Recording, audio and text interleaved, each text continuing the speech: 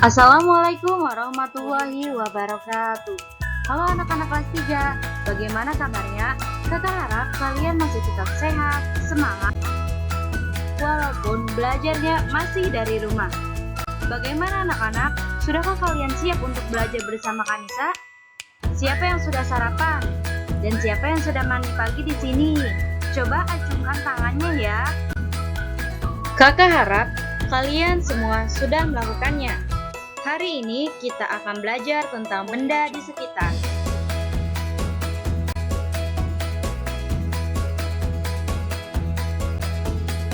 Benda. Apakah kalian tahu benda itu apa? Apakah manusia?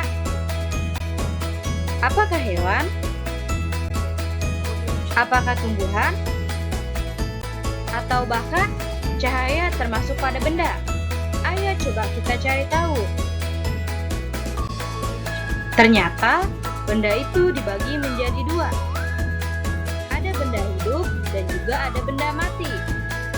Tadi manusia, hewan, dan tumbuhan termasuk ke dalam benda hidup. Sedangkan benda mati itu seperti meja, kursi, buku, dan lain sebagainya. Bahkan benda itu dapat dikelompokkan berdasarkan ukuran, bentuk, dan warna. Ukuran pada benda itu ada yang kecil, besar, dan sedang. Sedangkan bentuk pada benda yaitu ada yang segitiga, bulat, persegi panjang, segitiga, dan juga lain-lain. Sedangkan warna pada benda yaitu ada warna kuning, hijau, merah, ungu, biru, hitam, putih, dan masih banyak lagi. Coba kita amati sama-sama. Di sini Kanisa memiliki berbagai macam benda. Coba kalian klasifikasikan berdasarkan ukuran. Ukuran yang tadi telah kita bahas yaitu ada ukuran yang besar, ada yang kecil, dan juga ada yang sedang. Dan juga coba kalian klasifikasikan berdasarkan bentuk dan warna.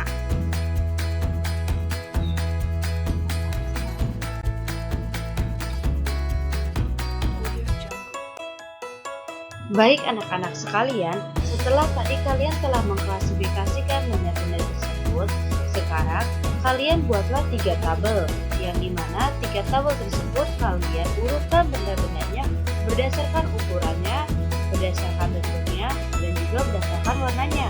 Kalian tulis pada buku catatan kalian masing-masing. Baik anak-anak, setelah tadi kalian telah mempelajari jenis, sifat fisik, dan ciri benda, sekarang kalian gunakan pengetahuan kalian untuk melengkapi bagan berikut ini. Kalian tulis di buku catatan kalian masing-masing. Selanjutnya, apakah kalian pernah melihat benda-benda di bawah ini? Kemungkinan besar di antara kalian ada yang sudah pernah melihatnya. Pada gambar pertama ini sudah tidak asing lagi bahwa ini adalah penggaris yang dimana berfungsi untuk mengukur panjang suatu benda. Pada gambar kedua ini ada meteran pita, dan gambar ketiga keempat ini yaitu meteran roll. Gambar kedua, ketiga, dan keempat ini mempunyai fungsi yang sama sebagai alat ukur untuk mengukur suatu panjang yang memang harus diukur oleh ketiganya. Jadi, benda-benda pada gambar tersebut termasuk kelompok dari keanekaragaman benda, yang dimana dikelompokkan berdasarkan fungsinya. Benda-benda tersebut digunakan sebagai alat ukur.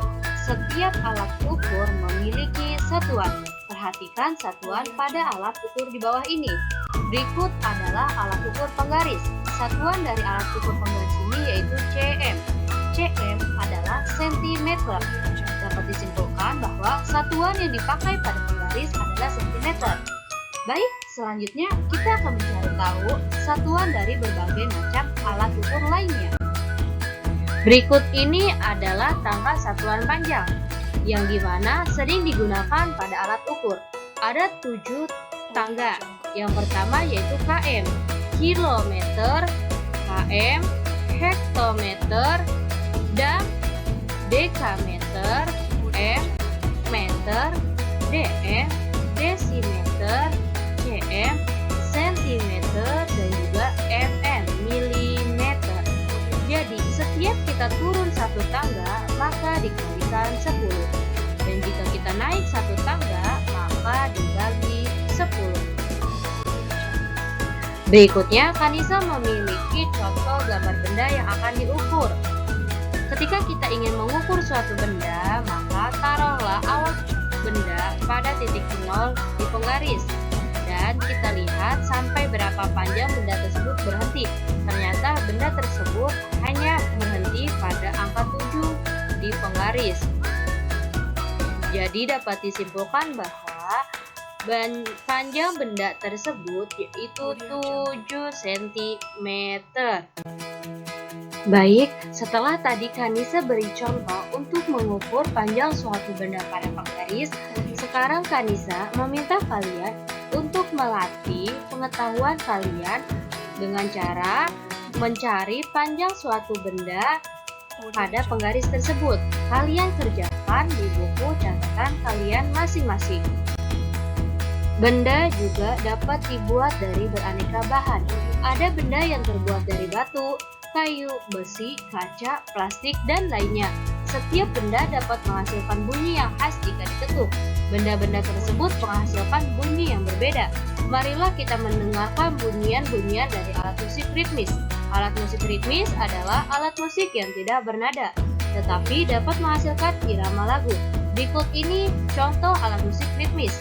Pada gambar pertama yaitu ada triangle, yang dimana dimainkan dengan cara dipukul. Yang kedua ada tamborin, dimainkan juga dengan cara dipukul. Yang ketiga ada maracas, dimainkan dengan menggoyang-goyangkan keduanya. Keempat ada kastanyet, dimainkan dengan cara menepuk. Dan yang terakhir ada gendang, dimainkan dengan cara dipukul. Nah, pernahkah kalian memainkan alat musik tersebut? Selain menggunakan alat musik, tepuk tangan juga dapat untuk mengiringi lagu.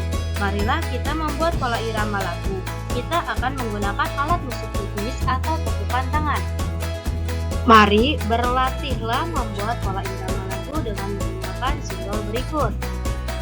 Jadi, apabila 5 jari, maka ketukannya itu kuat.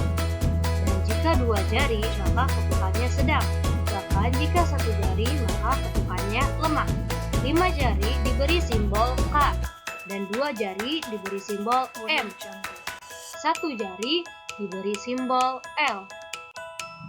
Berikut ini terdapat contoh pola irama. Pada pola 1 terdapat jari 5 dan jari 2. Jari 5 diartikan sebagai ketukan kuat, sedangkan jari 2 diartikan sebagai ketukan sedang. Jadi, ketika kalian mendapatkan instruksi jari 5, maka kalian ketuk benda tersebut dengan kencang. Sedangkan jika kalian mendapatkan instruksi untuk jari 2, maka kalian ketuk benda tersebut dengan sedang. Pada pola kedua terdapat jari 1. Jari 1 diartikan ketukan lemah. Jika kalian mendapatkan instruksi jari 1, maka kalian ketuk benda tersebut dengan pelan. Baik anak-anak, setelah tadi Kanisa jelaskan, kalian bisa mencontohkan pola 1, pola 2, dan pola 3 di rumah kalian masing-masing menggunakan alat yang ada di sekitar kalian. Dan selanjutnya, Kanisa meminta kalian untuk menyanyikan lagu teka-teki ciptaan Ibu Sud dengan menggunakan tepukan tangan untuk mengiringi lagu tersebut. Wah, tidak terasa ya, pembelajaran kali ini telah selesai. Kanisa harap kalian masih ingin mencari tahu dan menggali lagi informasi-informasi yang ada. Sekian pembelajaran kali ini. Mohon maaf apabila ada kesalahan dari tutur kata yang telah disampaikan. Wassalamualaikum warahmatullahi wabarakatuh.